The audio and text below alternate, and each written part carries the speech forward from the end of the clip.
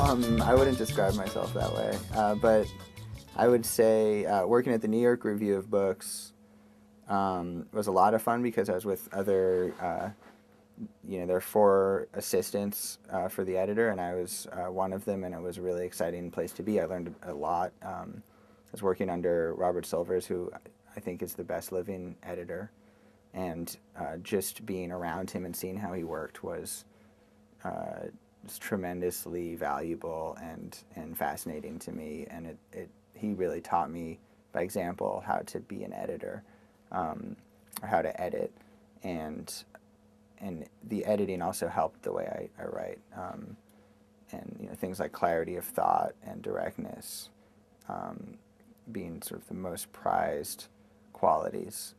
That was really impressed upon me deeply, and then I left to write these books, and I came back to work at the Paris Review, and Paris Review has always been a place for young people.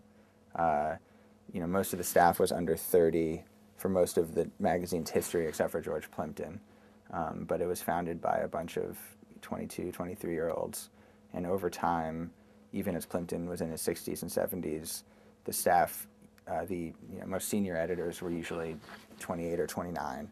So it's exciting for me to be part of that tradition, and also there is a long tradition of editors who were writers or went on to write and did both at the same time.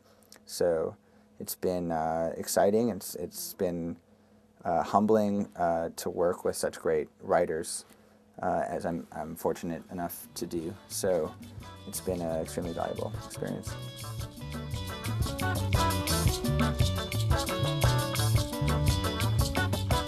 Bob is, I feel like he knows more about every subject, basically, than anybody else in a room, except for maybe someone who's an expert on the specific subject in question.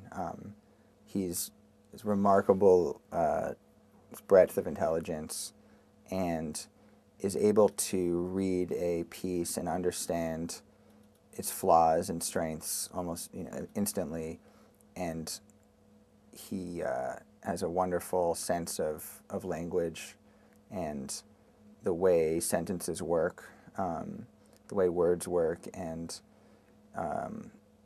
generally, I mean, the basic editorial premise behind the New York Review and what makes it so great is that it's to take any subject matter, no matter how erudite or complex or difficult, and make it available, make it understandable to a lay reader who is an intelligent reader but doesn't necessarily know anything about particle physics or about the history of the Middle Ages or something like that. And that doesn't mean dumb it down, but it means put it in express ideas in a clear, concise, straightforward way. And that's something that the New York Review does better than any other publication, I think. And it's really, it's completely Bob doing that, and the writers. So seeing the way that he would transform pieces, some of which would come in totally filled with academic jargon or sort of fluffy writing.